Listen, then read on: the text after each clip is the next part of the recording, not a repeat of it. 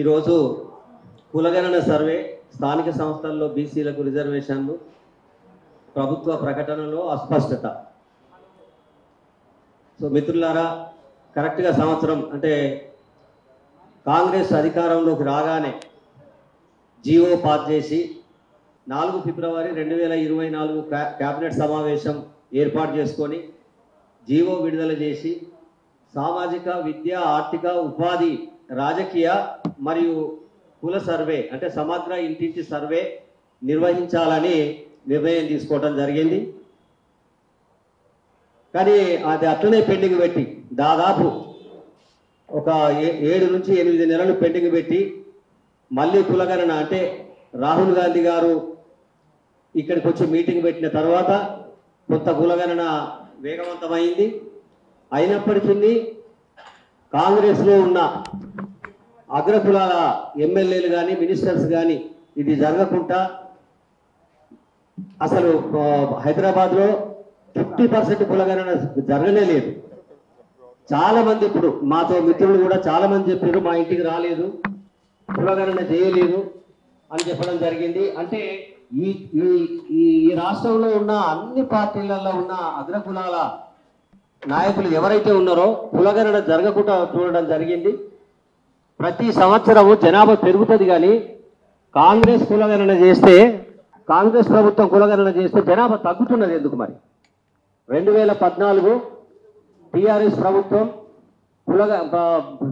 సమగ్ర కులగణన చేసినప్పుడు 50 హిందూ బీసీలు 51% ఉండే.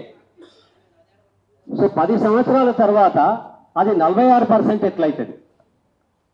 సో ఇట్లాంటి కుట్రపూరితమైన అగ్రకుల రాజకీయ నాయకులు చేస్తున్న కుట్ర, దాంట్లో బీసీలు బలైపోతున్నారు. కాబట్టి యావత్ బీసీ సమాజానికి నేను చేతులు జోడించి రిక్వెస్ట్ చేసి చెప్తున్నా, బీసీ సోదరులారా ఏకం కావాలి. ఈరోజు బ్రహ్మాండమైన మహోన్నతమైన ఉద్యమం మందకృష్ణ గారి ఆధ్వర్యంలో జరుగుతున్నది.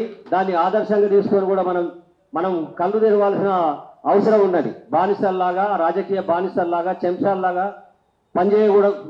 పనిచేయకుండా ఖచ్చితంగా ఏ ప్రభుత్వాన్ని మనం ఓటేసి గెలిపించినమో మళ్ళీ అదే ప్రభుత్వాన్ని మరి మనం ఓడించాల్సిన అవసరం కూడా వస్తుంది. కాంగ్రెస్ ప్రభుత్వం కంప్లీట్ కుట్ర చేసింది, కుట్రపూరితమైన సర్వే చేసింది, బీసీలకు అన్యాయం చేస్తున్నది.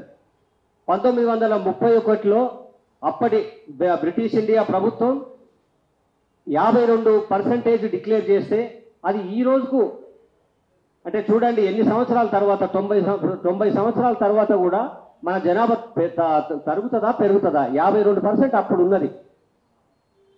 సో ఈ విధంగా తెలంగాణ గవర్నమెంట్ ఇప్పుడు ఏదైతే కాంగ్రెస్ ప్రభుత్వం రేవంత్ రెడ్డి నాయకత్వంలో నడుస్తున్నదో ఇది కంప్లీట్గా బీసీ ప్రజానికానికి మోసం చేయడానికి మాత్రమే చేస్తున్నది. మీరు ఎంతకాలం మోసం చేస్తారు? ప్రజలు గమనిస్తున్నారు మిమ్మల్ని. ఖచ్చితంగా మీ కుట్రలు భగ్నం చేస్తాం, మీ ప్రభుత్వానికి కూడా శాశ్వతంగా బుద్ధి చెప్పాల్సిన అవసరం వస్తుందని చెప్పేసి ఈరోజు కాంగ్రెస్ ప్రభుత్వాన్ని people's committee on caste census, Telangana backward class employees federation